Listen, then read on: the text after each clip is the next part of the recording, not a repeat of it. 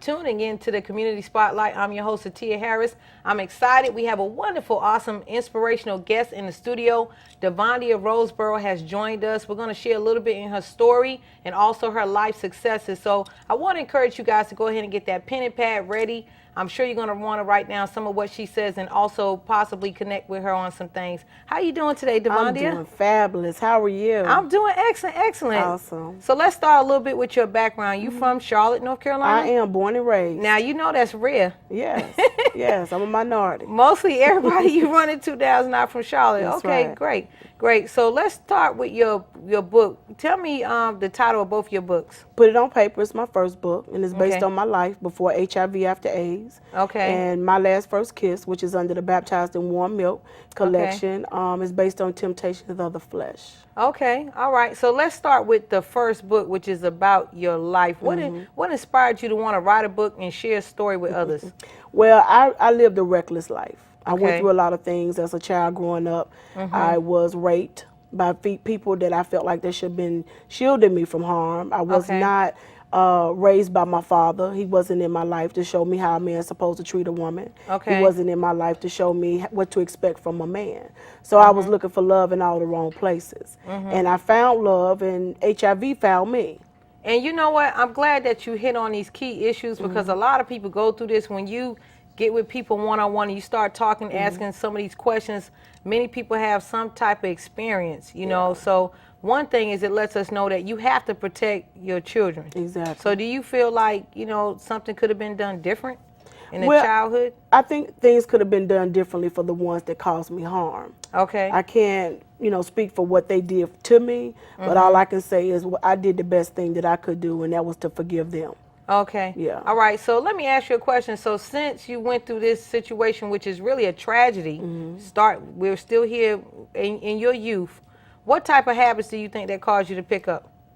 Promiscuous, being Okay. promiscuous, drinking alcohol, smoking weed, Okay. cussing like a sailor, fighting, just living reckless. All right. Not caring. Was this book therapy for you? Very therapeutic.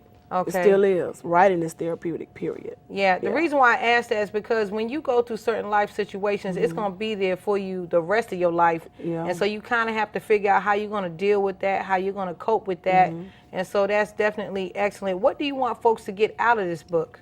I want folks to know that I'm very transparent, very candid. It's real, raw, and uncut when it comes to put it on paper. It just glorifies what God did for me.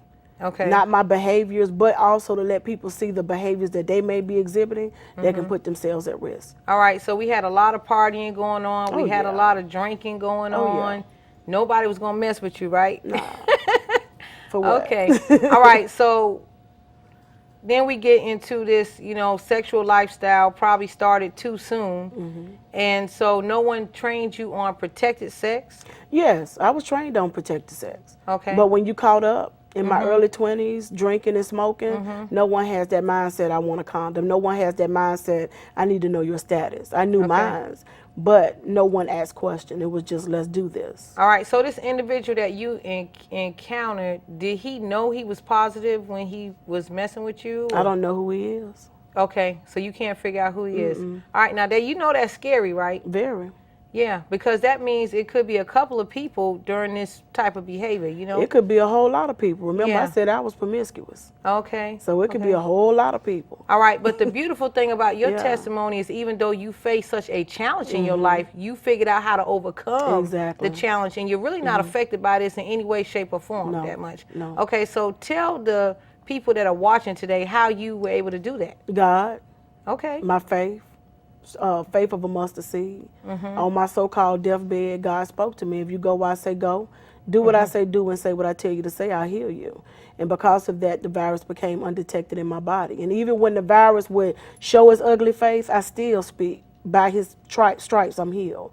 So without a doubt, I still trust and believe that I'm healed. Let's educate some people on this virus because there's a lot of people that have it that don't even know they have it. Yes. And it's a lot of people that may not have it, but they participate in activities where they could have it. So really that makes everybody, for the most part, a high percentage at risk for this, not knowing where it comes from. But Tell us what it kind of does to you. Well, HIV has its domain to relaxing whoever put themselves in at-risk behaviors.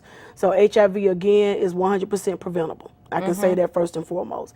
If you put yourself at risk for having any type of unprotected sex, it's low risk when it comes to oral, but vaginal as well as anal is very risky. Mother-to-baby transmission, sharing needles, and it has a highly concentration in blood. So definitely individuals need to know if they're having flu-like symptoms, weight loss, weight gain, they can have nothing wrong with them. It depends on them. Because me, I had no symptoms in the beginning. But definitely getting tested is the only way to know for sure. What made you decide to get tested? Was it the doctor's suggestion or? No, everything else was not adding up. You know, I was passing out, I was catching colds, and I was just normally healthy person, not going through nothing in my life, being sick or anything. So because of the things that was going on, everything was being eliminated. Something clicked in my mind, and it said, you have HIV. Wow. My past had caught up with me. So it was almost like the Holy Spirit was talking to you. Yes, he was. Wow. He was. Wow. So it was a preparation for me sitting here with you today. Okay, so I'm going to ask you a question. When you found this out, tell us about the devastation, the way you felt. I was numb.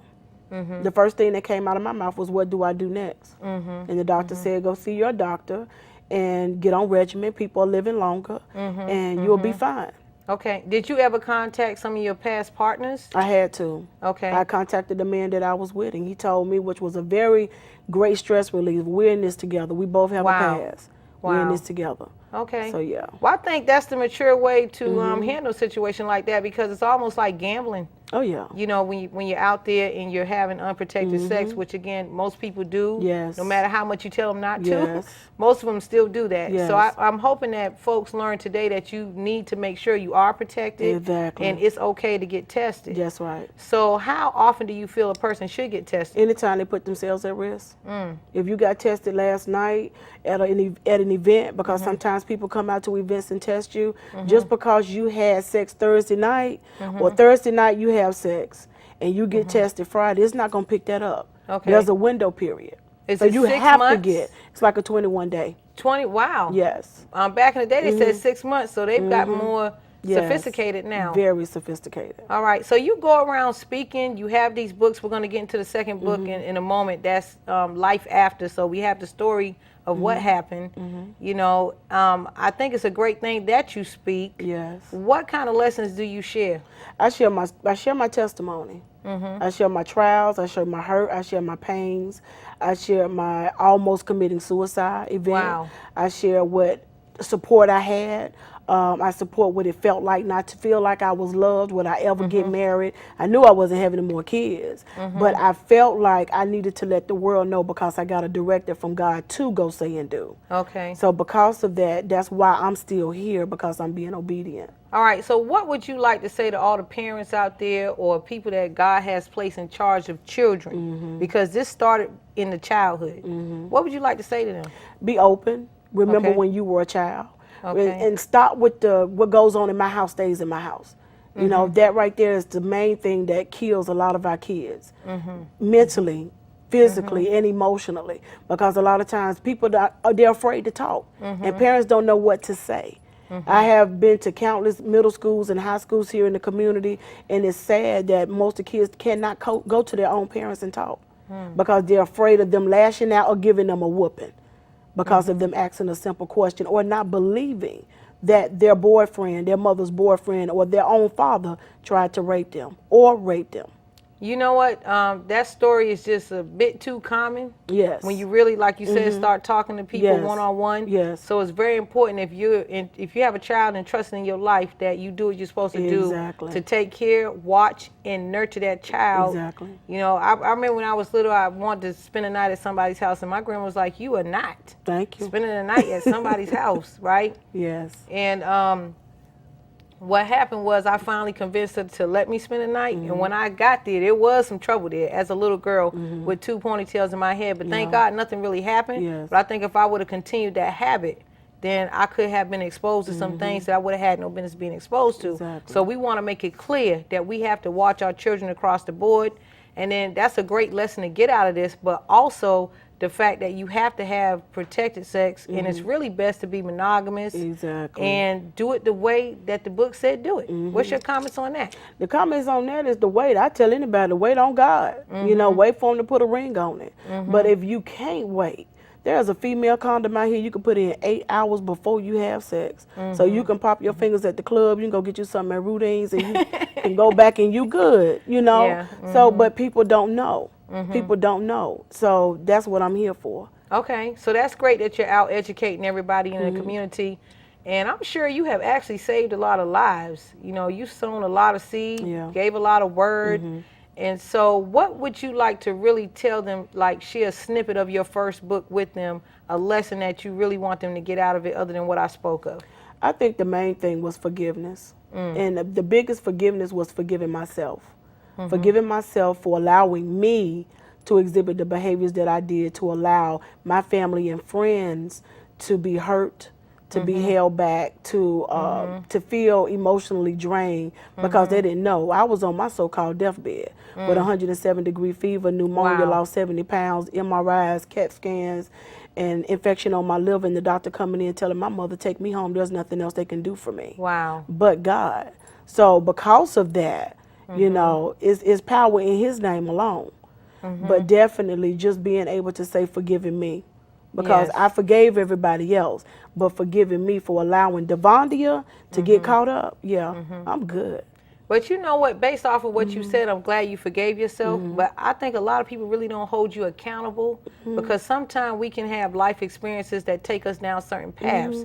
And if we're young and we're not properly protected, then is that really our fault? To a certain extent, yes. To a certain extent, no. I was grown when I was out here having unprotected sex. Okay. So I am accountable. When it comes down to this, I got 3 more fingers pointing at me while I'm pointing at somebody else. Okay. I knew my status was negative.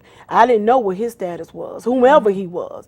But the facts lay that I have responsibility for my mind, body, and soul. So any woman that lays down with any man, regardless if he has something or not, if she didn't ask or provide a condom, she's just as much as at fault for not taking care of who she is, mind, body, and soul first. She comes first. I don't care how good it is. Okay. She comes first. All right, so let's talk about the second book. Give us the title of that again. Baptized in Warm Milk is based on Temptations of the Flesh, and it's my last first kiss. And it's based on a true life story in regards to a guy that I had met. I'm Regina, the character, which is my middle name. And basically, I fell in love with a guy who made promises that he couldn't keep.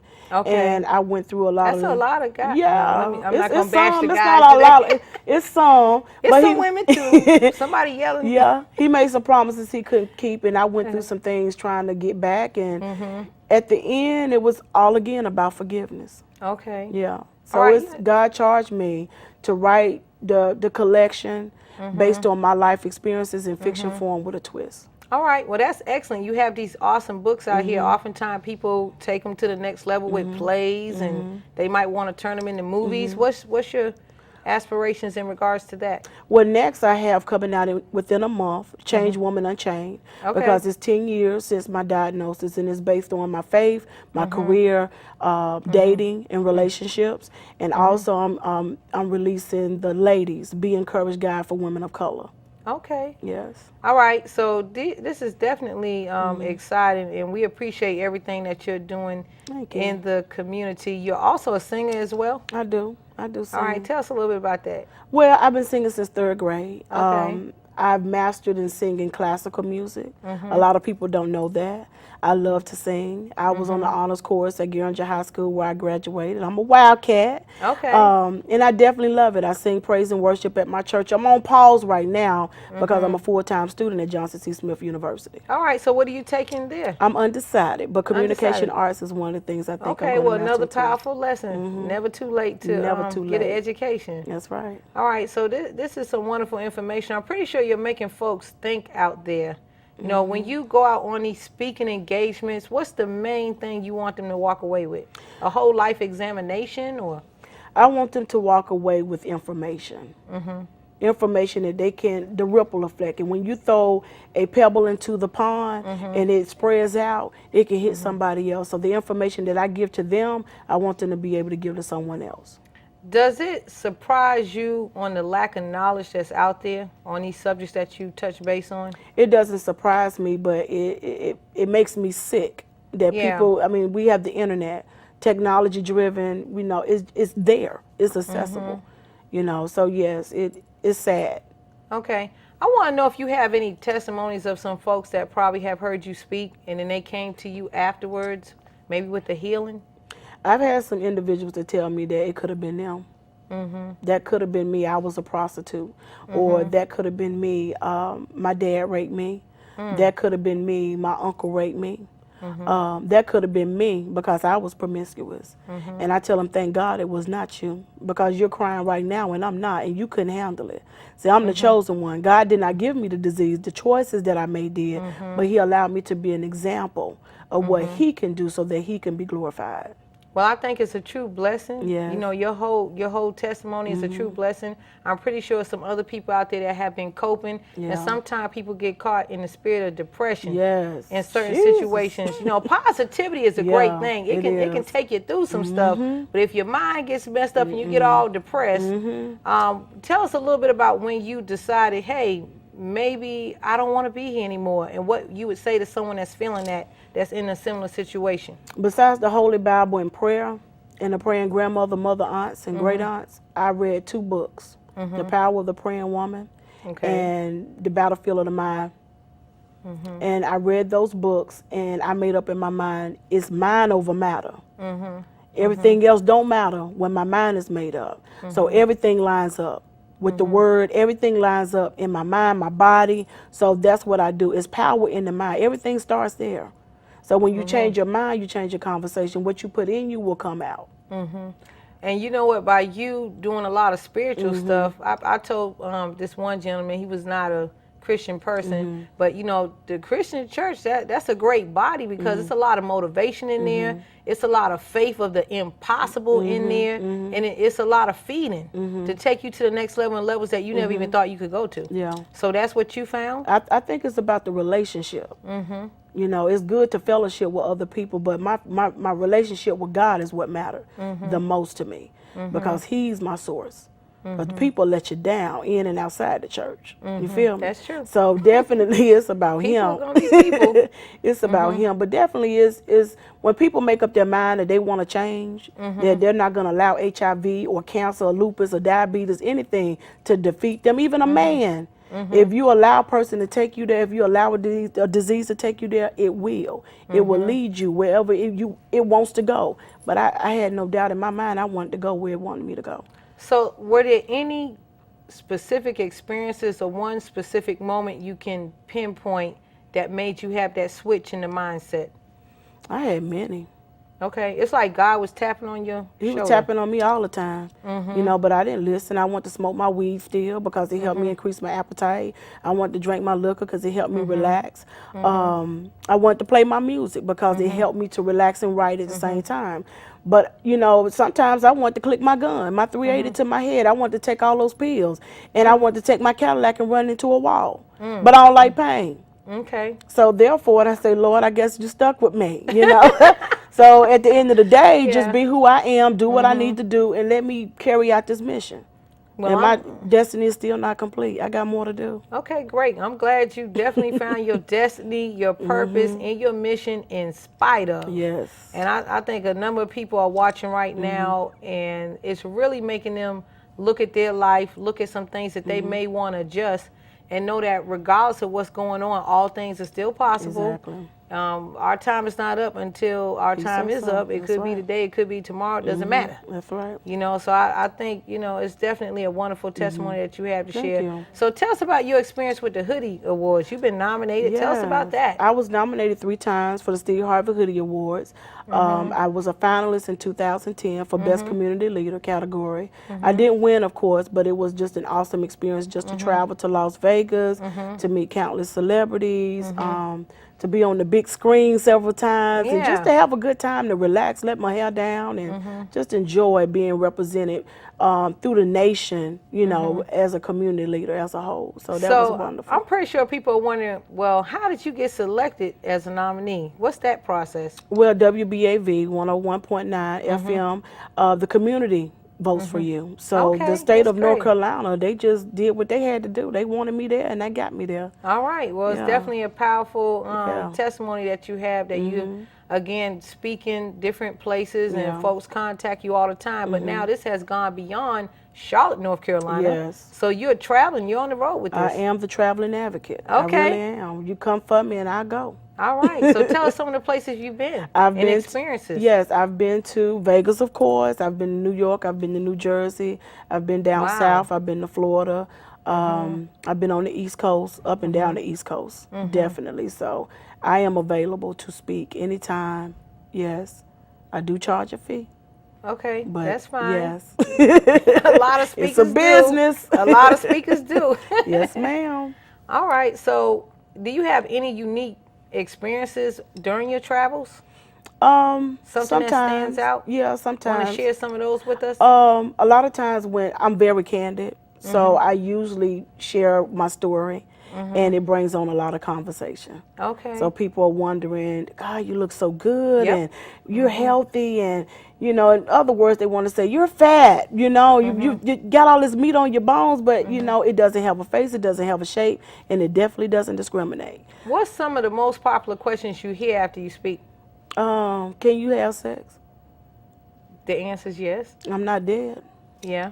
You know, one of the other questions was about my medication. Does it make me sick? Not anymore.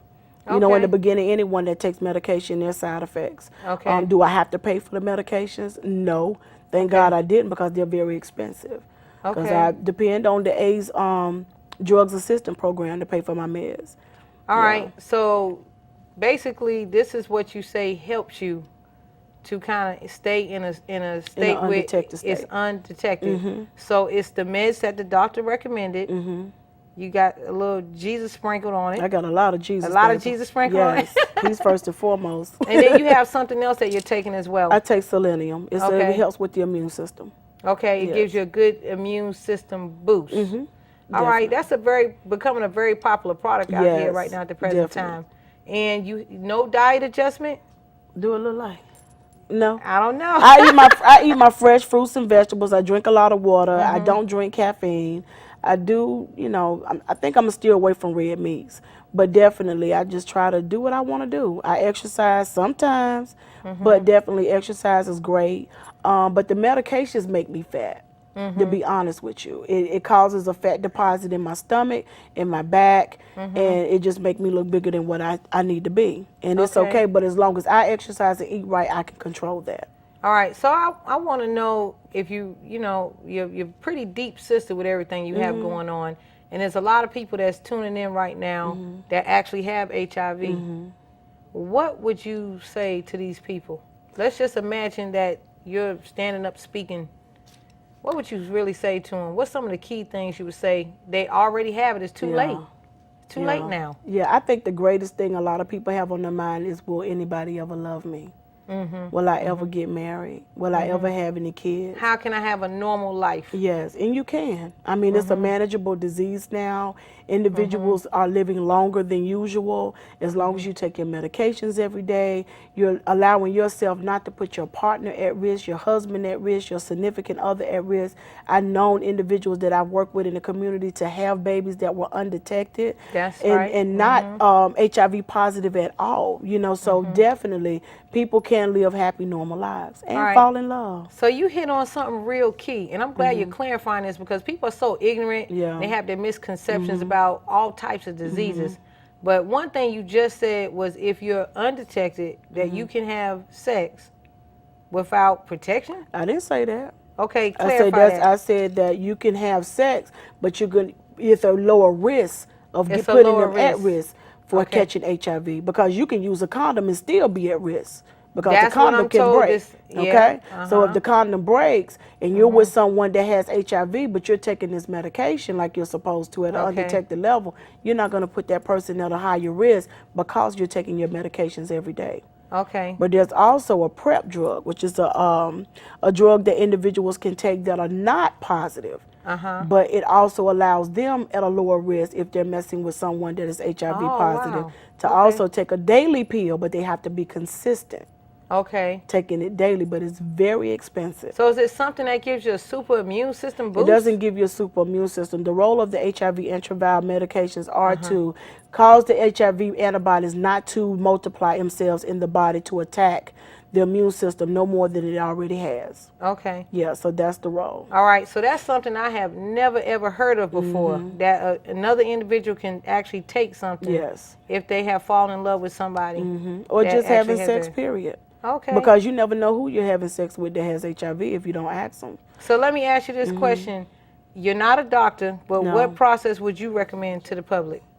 Say it again. You're not a doctor, but what process would you recommend? Like if someone does have HIV and they're in a sexual relationship with someone, or they want to, or someone wants to enter into a sexual relationship with them, what kind of process you think they need to go to? I think they need to know the facts. Okay. Know the facts. Know that everyone deserves to be loved. Everyone deserves to be compassionate. And it's 101 ways to make love without doing it. So if Okay. you don't feel comfortable with having sex, don't.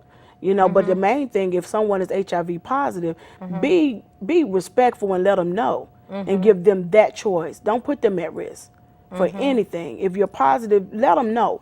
Be open, and just because I'm on TV, I've been on magazine and done this, that, and third, it's still my responsibility to let any man, if I choose to lay down with him, know that I am. I was diagnosed with HIV, because I don't like to say I am.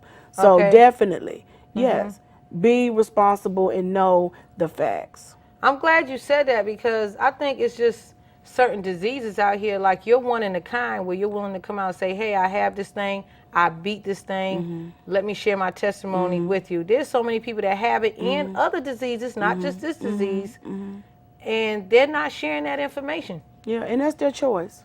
A lot of people don't want to disclose, and they don't have to. The only time they do, if they have a sexually transmitted disease and they're getting ready to have sex. That's it. Other than that, you can walk around here, you can hold my hand, we can lollygag, we can eat off the same plate, we can go and dance and pop our fingers and do the moonwalk. I don't have to tell you a thing, you know, but I have to respect you if I'm going to lay down with you. Okay. Well, I'm Yeah. glad you said that, because there's a lot of people that don't. Exactly. And that's It's how, the law. That's how we have some of these issues out here Exactly. now, you know. Okay, so we're going to be closing out in just one moment. And considering that you speak all the time, you have these great books, you teach all the time, you uplift, you inspire all the time. Want to know what you would close us out with? Well, I like to tell my audience anytime that I do my speaking engagements that it's 3 things that I like to leave them with.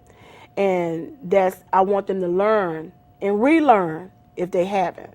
And that is to lie, steal, and drink. But I want them this time to lie in the bed of success, steal away from bad company, and always drink from the fountain of youth. Okay. Yeah. All right. Well, that's definitely very inspirational. We appreciate you for coming here Thank today. you. Thank you for having and me. being so transparent. Yeah. Once again, a lot of people would be uncomfortable, but you have great self-esteem. You're a great inspiration to the folks that are tuning in and watching you today. And I bet you have saved some lives today, 100%. I hope so. Made an impact. You definitely have made an impact. So we appreciate you guys for tuning in to the Community Spotlight. This was my guest, DEVONDIA Roseborough, and we were excited and still excited that she's been on the program. Want to trust that you are going to meditate on the things that she shared with her testimony today, and we want you to examine your lives and see what you can do better, as I will do the same as well. Tune in next week, same time, same place.